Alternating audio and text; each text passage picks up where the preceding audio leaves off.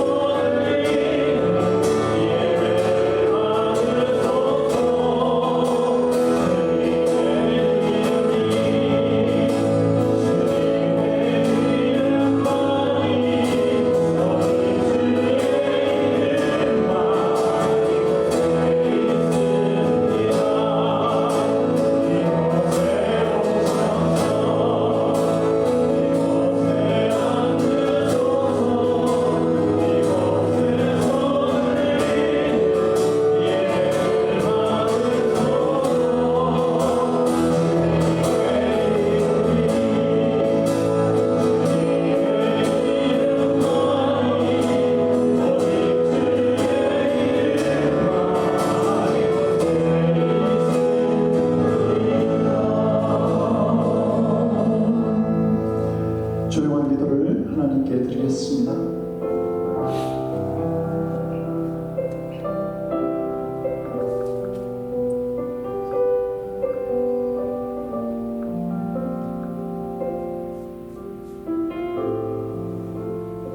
여호와께서는 지극히 존귀하시니 그는 높은 곳에 거하시며 정의와 공의를 시온에 충만하게 하시며 내 시대에 평안함이 있으며 구원과 지혜와 지식이 풍성할 것이니 여호와를 경외하니 내 보배이라. 사도신경으로 신앙 고백합니다. 전능하사 천지를 만드신 하나님 아버지를 내가 믿사오며 그의 아들 우리 주 예수 그리스도를 믿사오니 이는 성령을 폐하사 동정녀 마리아에게 나시고 본디오 빌라도에게 고난을 받으사 십자가에 못 박혀 죽으시고 장사일주일 사흘 만에 죽은 자 가운데서 다시 살아나시며 하늘에 오르사 전능하신 하나님의 평안한 자 되시다가 죄로서 살인자와 죽은 자를 심판하러 오시리라. 성령을 믿사오며 거룩한 공회와 성도가 서로 교통하는 것과 죄를 사하여 주시는 것과 몸이 다시 사는 것과 영원히 사는 것을 믿사옵나이다. 아멘. 그 자리에 앉아주시기 바랍니다.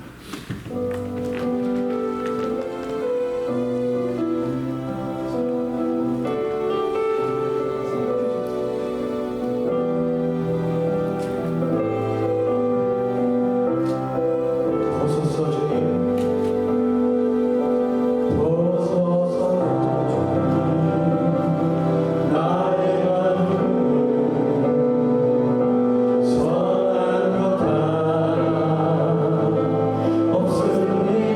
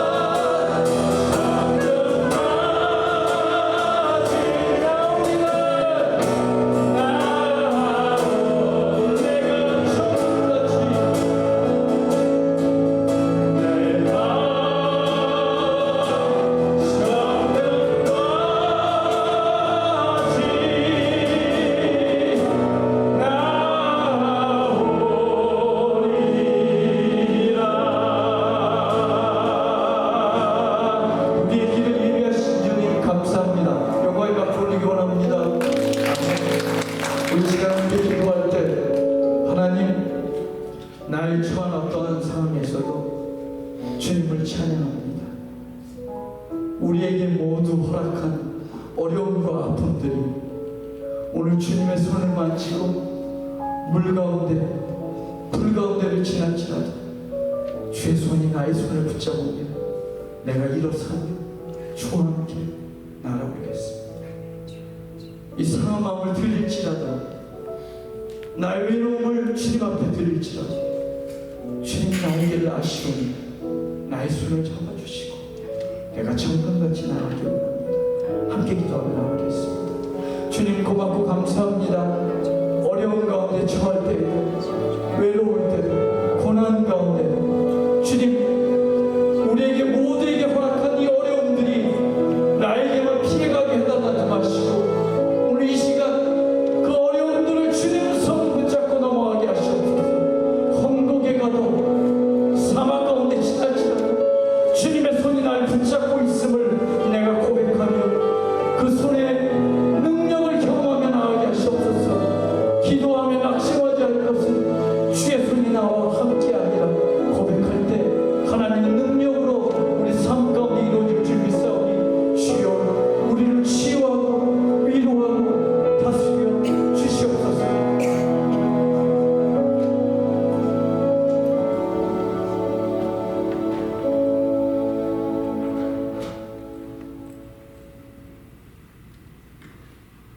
우리를 일상의 힘과 능력이 되시며 위로를 주시는 하나님 아버지, 주님의 크신 사랑과 은혜에 감사하며 예배를 올려드립니다. 이 시간 성령님 함께 하셔 정성껏 준비한 찬양과 경배를 받아주시옵소서. 구원에는 새로운 마음가짐으로 주님을 섬기고 깊이 묵상하며 살아 역사하시는 하나님께 감사와 찬양을 올리는 은혜가 되게 하옵소서. 6년 전 이곳에 푸른 교회를 세우시고 간섭하셔서 오늘 있게 하신 하나님 감사합니다. 주님의 영광스러운 빛을 이 지역 사회에 높이 비춰 크게 쓰임받는 귀한 교회로 부흥케 해 주시옵소서. 하나님은 우리들의 부르짖음에 귀를 기울이신 걸 믿습니다. 언제나 모임과 집회가 가능한 예배 처소와 청소년부와 어린이부를 위해서 간절한 마음으로 주님께 간구하오니 지혜와 권능으로 길을 열어주시옵소서. 중보기도 모임과 화요 모임의 활성화에 감사드립니다. 특별히 이번 주말에 있을 2박 3일간 전교인 수련회를 위해서 기도드립니다. 많은 교우들이 참석하여 주님의 그 크신 사랑과 은혜를 체험할 수 있도록 성령 충만한 은혜를 부어주시옵소서. 그리하여 우리 모두에게 은혜와 감사의 귀한 시간으로 오래도록 기억되게 하옵소서. 치유의 하나님, 지금 병마로 고통받고 있는 많은 환우들을 주님의 긍휼하신 손길로 깨끗이 치료하여 주시옵소서. 오늘도 상한 심령으로 주님께 달려왔사오니 우리를 치유하여 주시고 회복시켜 주시옵소서. 사업을 하는 지체들의 사업장에도 주님의 지혜와 은혜로 하나님께 큰 영광을 올리는 하늘 기업이 되게 하옵소서. 또한 우리 교회에서 후원하는 선교사님들과 그의 가정과 현재 성도들을 위한 건강과 안녕을 기도드리오니 저들을 지켜주시고 축복하여 주시옵소서. 주님의 권능으로 오늘 세우신 박순호 담임 목사님을 축복하시고 영육간 강건케 하시며 말씀을 통하여 우리의 심령이 변화되고 치유되는 역사가 나타나게 하옵소서. 아름다운 찬양을 위해 온 마음과 정성으로 수고하는 김권사님과 찬양팀 그리고 반주자 집사님을 크게 축복하여 주시고 보이지 않는 곳에서도 예배를 준비하며 헌신하는 손길들과 섬김에도 빛나게 해 주시옵소서. 범사에 감사하며 가족 간 이웃 간 사랑으로 연합하여 그리스도 안에서 하나 되는 은혜에 감사드립니다. 우리를 사랑하시는 우리 주 예수 그리스도의 이름으로 감사하며 기도드렸습니다.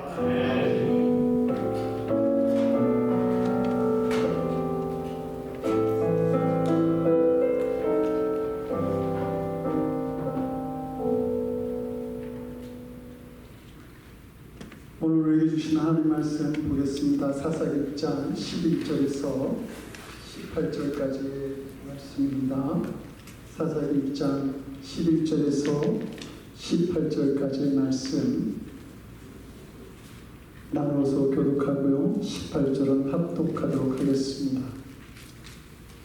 여호와의 사자가 아비에셀 사람 요아스에게 속한 오브라에 이르러 상수리 나무 아래에 앉으니라. 마침 요아스의 아들 기드온이 미디안 사람에게 알리지 아니하려 밀을 포도주 틀에서 타작하더니 여호와의 사자가 기드온에게 나타나 이르되 큰 용사여 여호와께서 너와 함께 계시도다 하매 기드온이 그에게 대답하되 오 나의 주여 여호와께서 우리와 함께 계시면 어찌하여 이 모든 일이 우리에게 일어났나이까. 또 우리 조상들이 일찍이 우리에게 이르기를 여호와께서 우리를 애굽에서 올라가게 하신 것이 아니냐 한 그 모든 이적이 어디 있나이까. 이제 여호와께서 우리를 버리사 미디안의 손에 우리를 넘겨주셨나이다 하니 여호와께서 그를 향하여 이르시되 너는 가서 이 너의 힘으로 이스라엘을 미디안의 손에서 구원하라. 내가 너를 보낸 것이 아니냐 하시니라. 그러나 기드온이 그에게 대답하되 오 주여 내가 무엇으로 이스라엘을 구원하리까. 보소서 나의 집은 므낫세 중에 극히 약하고 나는 내 아버지 집에서 가장 작은 자니이다 하니 여호와께서 그에게 이르시되 내가 반드시 너와 함께 하리니 내가 미디안 사람 치기를 한 사람을 치듯 하리라 하시니라. 기드온이 그에게 대답하되 만일 내가 주께 은혜를 얻었사오면 나와 말씀하시니가 주 되시는 표징을 내게 보이소서. 내가 예물을 가지고 다시 주께로 와서 그것을 주 앞에 드리기까지 이곳을 떠나지 마시기를 원하나이다 하니 그가 이르되 내가 너 돌아올 때까지 머무르리라 하니라. 아멘. 좋으신 하나님, 저희들에게 영원한 생명을 주시고 그리고 오늘은 주의 전전에서 복된 말씀을 주시니 감사드립니다. 주님의 말씀을 붙들고 살아가기를 원하는 저희들에게 오늘도 성령께서 함께 하셔서 우리의 마음 중심에 자정하시는 말씀 있게 하시고 이 말씀을 붙들고 이 죄악된 세상 승리하며 살아가도록 주여 우리를 도와주시옵소서. 감사드렸고 예수님 이름으로 기도드립니다. 아멘. 한 제자가 스승에게 질문합니다.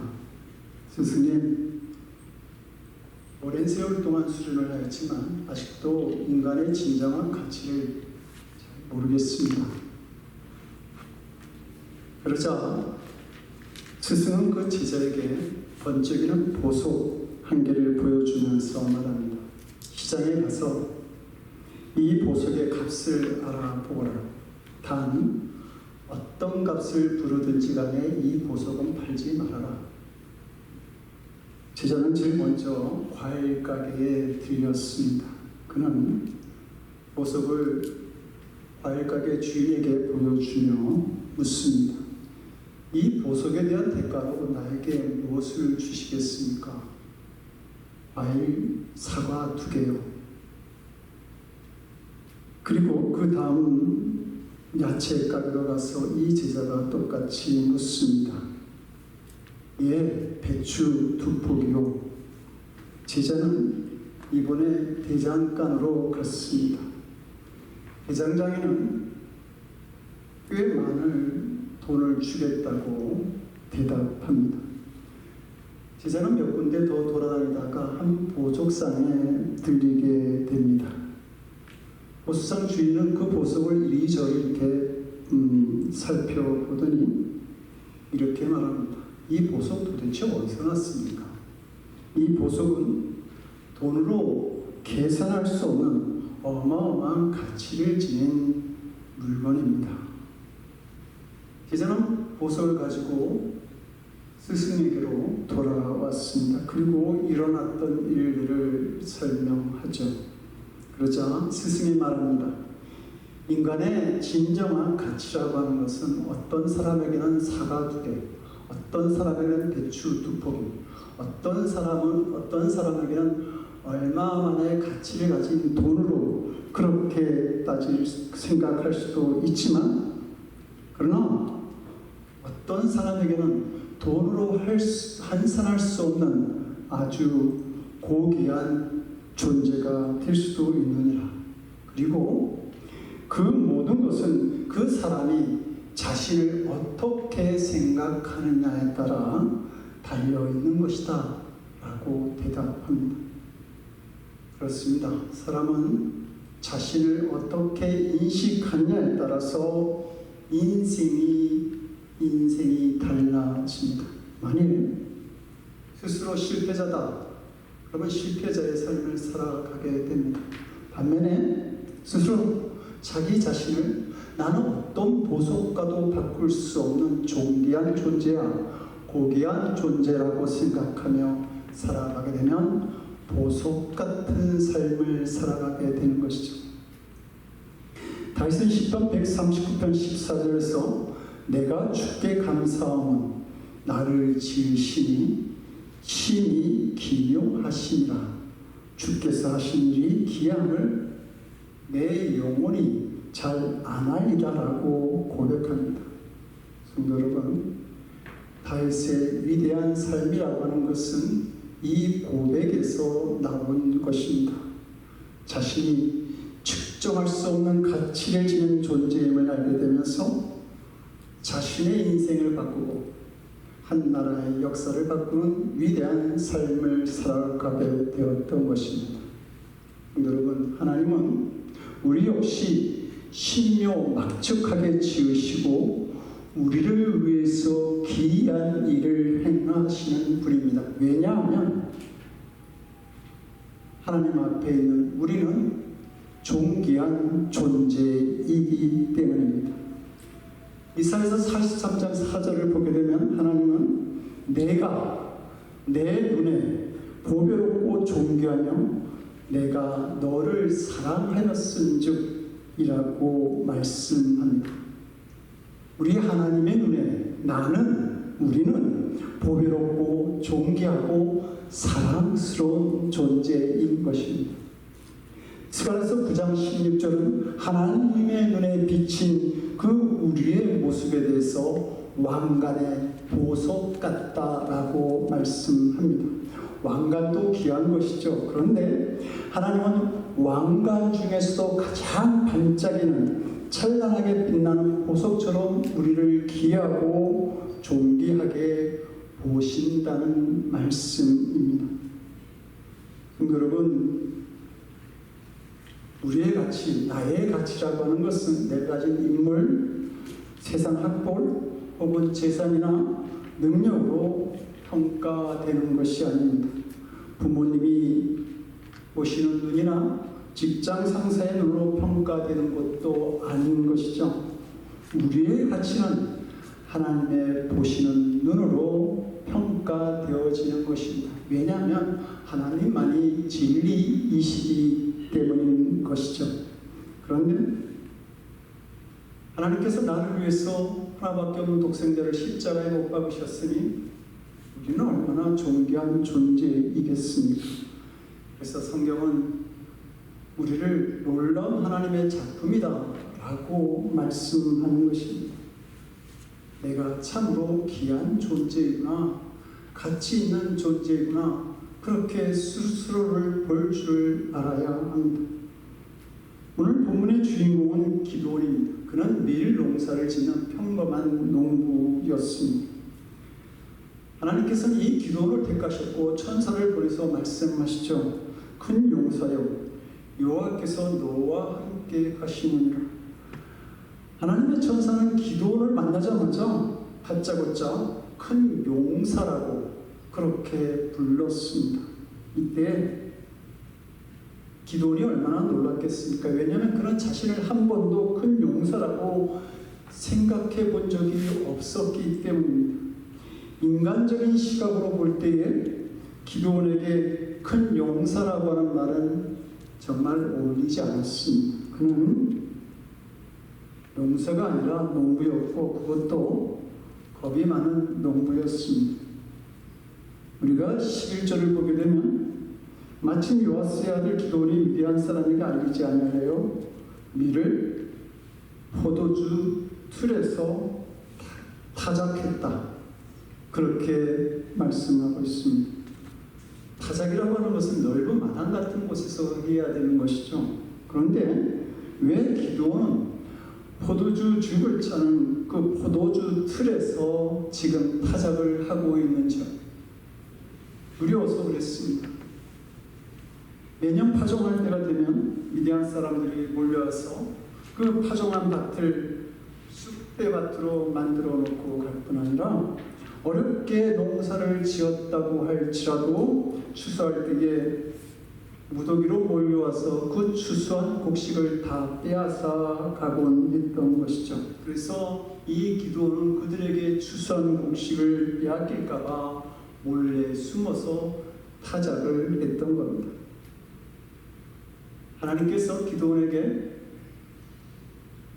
집안에 있는 바알의 신상을 헐고 그 단을 헐고 그 단 곁에 있는 아세라 신상을 찍어버리라고 말씀하신 적이 있습니다. 그런데 그 27절을 보게 되면 이에 기도원이 종 열을 데리고 여호와의 말씀하신 대로 행하되 아비의 가족과 그 성읍 사람들을 두려워함으로 이 일을 감히 백주에 즉 대낮에 행하지 못하고 밤에 행하니라고 말씀합니다. 그는 하나님을 만났고 그 하나님의 말씀을 들은 후에 그 말씀에 순종은 하지만 두려워서 대낮에 행하지 못하고 캄캄한 밤에 기다렸다가 그 밤에 우상을 찍어버렸던 것입니다.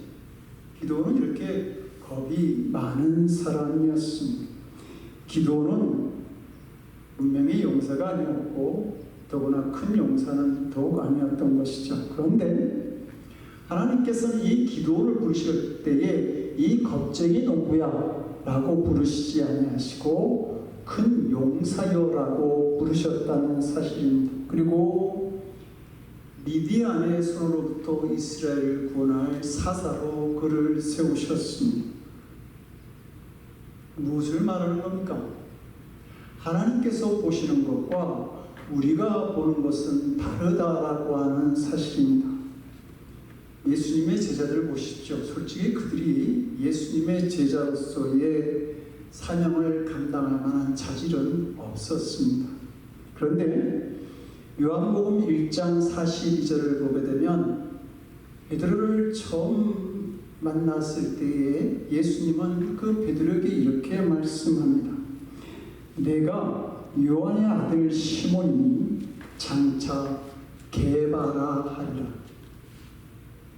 여러분, 묵상할수록 말씀을 씹을수록 엄청난 말씀이지 않습니까? 베드로가 예수님을 처음 만났을 때 그 예수님께 보여주었던 것은 실패한 어부의 모습이었습니다.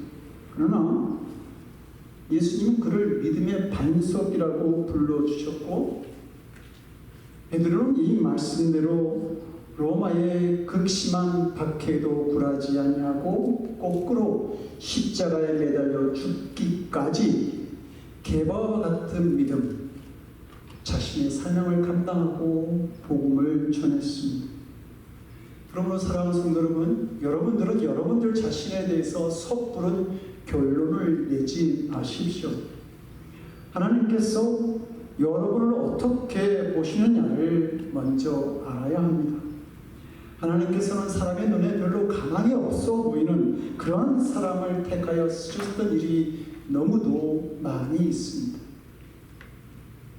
모세가 살인자가 되어서 미디안 광야로 도망갔고 그곳에서 40년간 양치기를 하면서 능력도 자신감도 다 잃어버린 그런 실패한 노인이 되었을 때 그때 비로소 하나님께서 이 모세를 찾아가셔서 이스라엘을 해방시키시는 민족의 지도자로 세우십니다. 다윗은 어떻습니까? 다윗은 아버지에게조차 인정받지 못한 아들이었습니다. 그래서 왕을 뽑는 자리에서 비켜나서 그냥 들판에서 양을 치는 그런 존재였을지 모르지만 하나님은 선지자 사무엘을 통해서 그를 이스라엘 왕으로 세우셨고 오늘날까지도 다윗은 이스라엘을 상징하는 그 다윗의 별로 남아있는 것을 볼 수 있습니다. 성도 여러분, 내 인생에 새로운 변화를 보기를 원한다고 한다면 자기 자신을 자신의 눈이 아니라 하나님의 눈으로, 나를 보시는 하나님의 눈으로 볼 수 있어야 합니다. 자기를 겁쟁이 기도원이 아닌 큰 용사 기도원으로 볼 수 있어야 한다는 말입니다. 여러분이 자신을 겁쟁이 기도원으로 보게 되면 여러분들은 언제나 겁쟁이 기도원으로밖에 살아갈 수밖에 없습니다. 주님을 만나시고 우리 주님께서 나에게 주시는 평가에 대해서 귀를 기울이시기 바랍니다. 그리고 자신을 큰 용사로 볼 수 있는 은혜가 있기를 원하는 것입니다. 그러면 여러분들은 큰 용사 기도원으로 살게 될 것입니다. 타인을 보는 눈도 다른 사람을 보는 눈도 마찬가지입니다. 부모가 자녀를 겁쟁이 기도원으로 보면 자녀는 겁쟁이 기도원과 같은 인생을 살아갑니다. 이것을 심리학에서 낙인 효과라고 말합니다. 그러나 부모가 자녀를 큰 용사 기도원으로 보는 순간 그 아이는 큰 용사 기도원으로 위대한 인생을 살아갈 수 있습니다. 이것을 피그말리온 효과라고 하죠. 타인에 대한 변함없는 신뢰와 격려가 가치 있는 삶을 만들어낼 수 있다고 하는 것입니다. 늘 푸른 교회 성도들을 볼 때에 가치 있고 존귀한 자로 서로 보며 이야기를 나누고 눈빛을 나눌 때에 우리는 하나님의 위대한 사명을 감당할 수 있는 큰 용사 기도원의 삶을 함께 살아갈 수 있게 될 것입니다. 하나님은 의심 많고 소심한 기도원을 통해서 위대한 일을 하셨습니다. 결국 7장을 보게 되면 기도원은 단 300명의 군사를 이끌고 모래산 앞 골짜기에서 메뚜기 떼처럼 큰 진을 치고 있던 미디안과 아말렉 그리고 동방의 연합군대를 전멸시켜 버립니다. 사랑하는 성도 여러분, 왜 하나님께서 이 기도원을 쓰셨을까? 우리에게 주시고자 하는 메시지가 있기 때문입니다. 하나님께 쓰임받던 인물들이 우리와 특별하게 다른 그런 사람들이 아니라고 하는 것입니다. 비록 기도원이 300명을 가지고 13만 5천 명 이상의 미디안 군대를 물리쳤다 할지라도 그는 특별한 사람이 아니었다고 하는 말입니다. 오히려 그가 하나님의 소명을 받았을 때는 우리보다 더 못한 사람이었습니다. 기도는 비천한 환경의 출신이었고 겁쟁이였고 소심한 자였습니다. 기도는 약한 자였습니다. 그는 하나님께서 자신을 쓰겠다고 하니까 이렇게 대답을 하죠. 오 주여, 내가 무엇으로 이스라엘을 구원하니까 보소서. 나의 집은 므낫셋 중에 지극히 약하고 나는 내 아버지 집에서 가장 작은 자입니다. 이 말은 자기 집안도 별로 내력이 좋지도 않고 또 자신은 그 가운데서도 능력이 없는 사람입니다라고 말하는 것이죠. 그런 하나님에 대해서도 아주 불평이 많았던 사람입니다. 12절에 보면 여호와의 사자가 기드온에게 큰 용사여 여호와께서 너와 함께 계시도다 이렇게 말을 하는데 기드온이 말을 믿지 않습니다. 그러면서 대꾸하기를 하나님이 함께 하시면 우리에게 어떻게 이런 일이 일어날 수 있습니까? 우리 조상들이 애굽에서 나올 때 온갖 기적으로 출애굽을 했다고 내가 들었는데 그런 기적이 지금 어디에 있습니까? 하나님께서 우리를 버리신 것이 아니라면 어떻게 지금 우리 눈앞에 이런 비참한 일들이 일어날 수 있습니까? 그렇게 반문하고 있는 것입니다. 이스라엘 백성들이 1년 내내 수확을 했는데 미디안 족속들이 와서 강탈해 갑니다. 때로는 양식뿐만 아니라 가축도 잡아가고 사람들도 잡아갑니다. 이런 일이 7년 동안 계속되었을 때 이스라엘 백성들 사이에서는 하나님에 대한 원망과 불평이 팽배했습니다.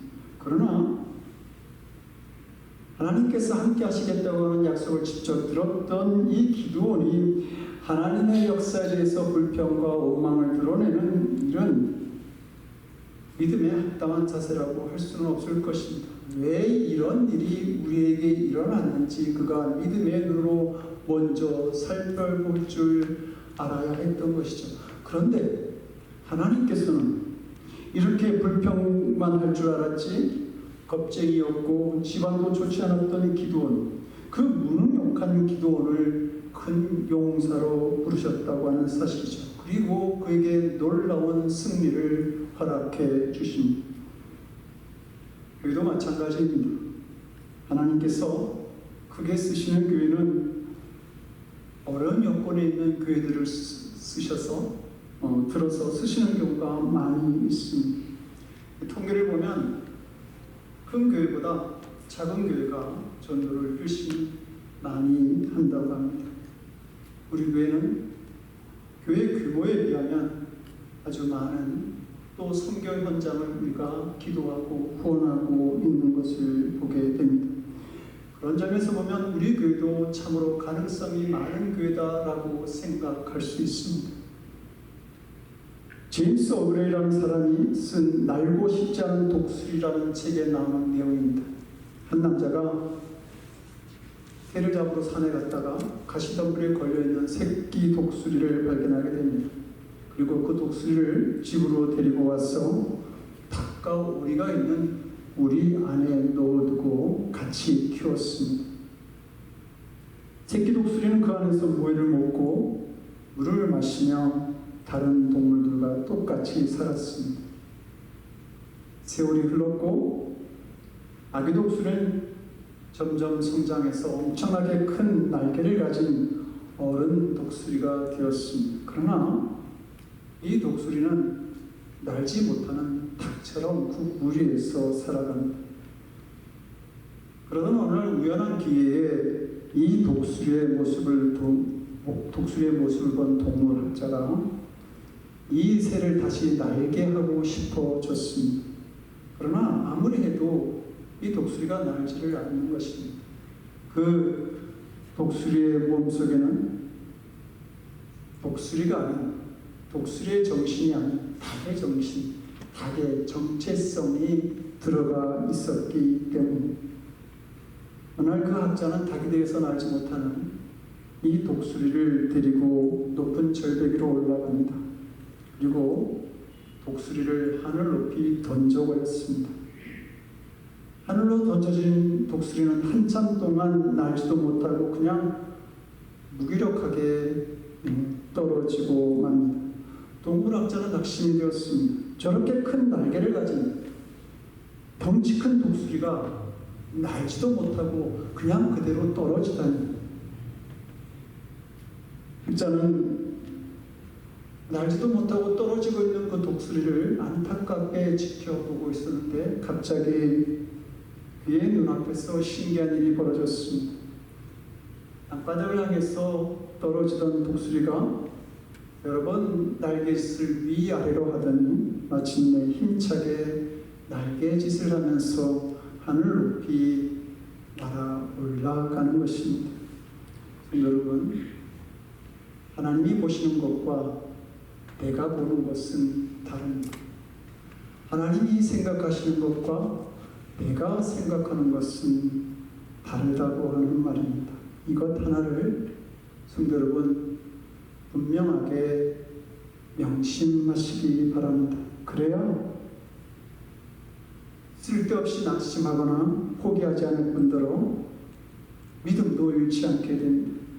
하나님께서는 우리를 택한 족속으로 왕같은 제사장으로 거룩한 나라로 부르시고 택하셨습니다.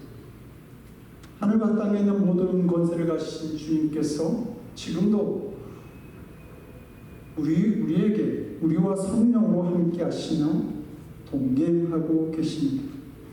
하나님의 눈에는 저나 여러분이 큰 기적을 행할 용사로 보여지고 있는 것입니다. 하나님은 용사도 아닌 기도원이, 군사도 아닌 300명의 백성들을 데리고 나팔, 항아리, 횃불처럼 보잘것없는 물건을 가지고 창과 화살, 방패같이 강력한 무기로 무장한 13만 5천 명의 미디안 용사들을 이기게 하셨습니다. 이처럼 하나님께서는 우리가 큰 기적을 행할 수 있도록 우리 손에 이미 그 열쇠를 주셨는지도 모릅니다.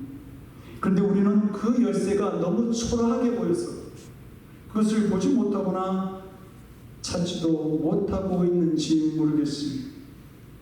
아람 장군 나아만은 문둥병에 걸려서 심한 고생을 하고 있었는데 그 문둥병을 고칠 수 있는 길을 자기 집에 있는 보잘것없는 여종을 통해서 발견하게 됩니다. 모세는 자기의 손에 든 그 지팡이로 홍해를 가르고 반석에서 물을 내게 하죠. 다윗은 막대기와 물맷돌로 그 이스라엘을 위협하는 골리앗을 물리칩니다. 소년에 들렸던 오병이어 5개의 떡과 2마리의 물고기가 굶주린 수많은 사람들의 그 문제를 해결하게 됩니다. 하나님은 요정과 지팡이, 막대기와 물맷돌, 또 오병이어, 그리고 과부의 집에 들려있던 그 한 그릇의 기름, 이런 것으로도 큰 역사를 만드신 것처럼 우리 손에 들린 그 초라한 물건이 하나님께서 역사하실 도구일 수도 있는 것입니다. 미국 미시간주의 성요셉 고안에 문제소년 한 명이 들어왔습니다. 소년은 원생들과 어울리지 못했고 매일 싸움질하게 바빴습니다. 베라다 선생님은 인내심을 갖고 끊임없이 소년을 격려합니다. 하나님은 너를 매우 사랑하신단다. 너도 가능성이 있어. 큰 꿈을 가져라. 그러나 소년의 행동에는 변화가 없었고 결국 이 소년은 퇴학당하게 됩니다. 소년은 퇴학당한 후에 비로소 이 베라다 선생님의 소중한 가르침을 깨닫게 되죠. 너도 가능성이 있단다. 이 말이 늘 생각이 났습니다. 그래서 피자 가게 취직해서 열심히 일을 합니다. 소년에게는 피자 한 개를 11초에 반죽할 수 있는 탁월한 솜씨가 생겼습니다.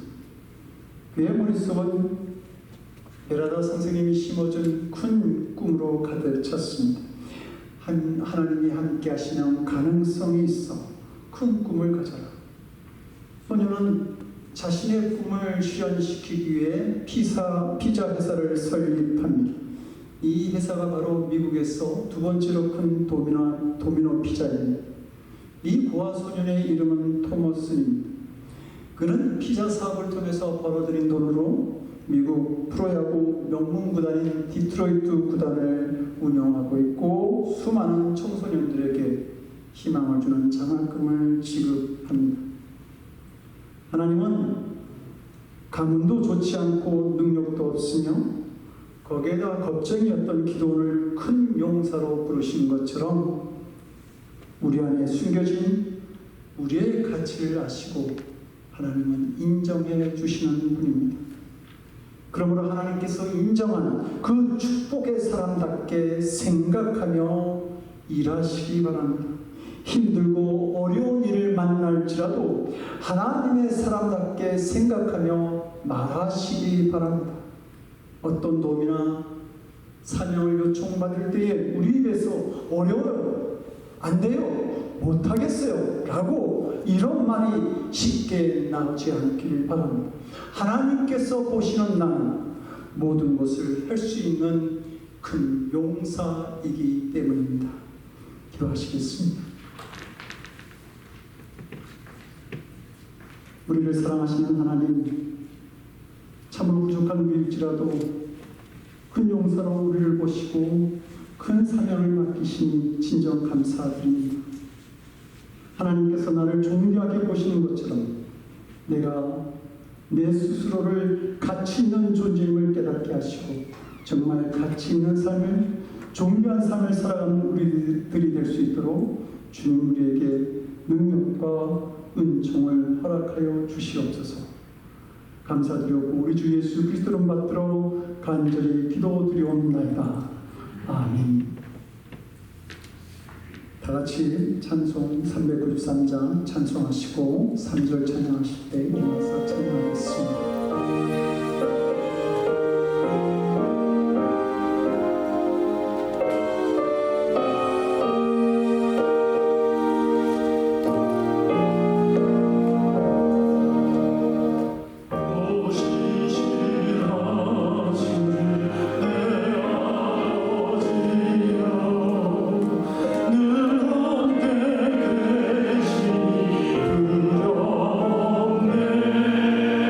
늘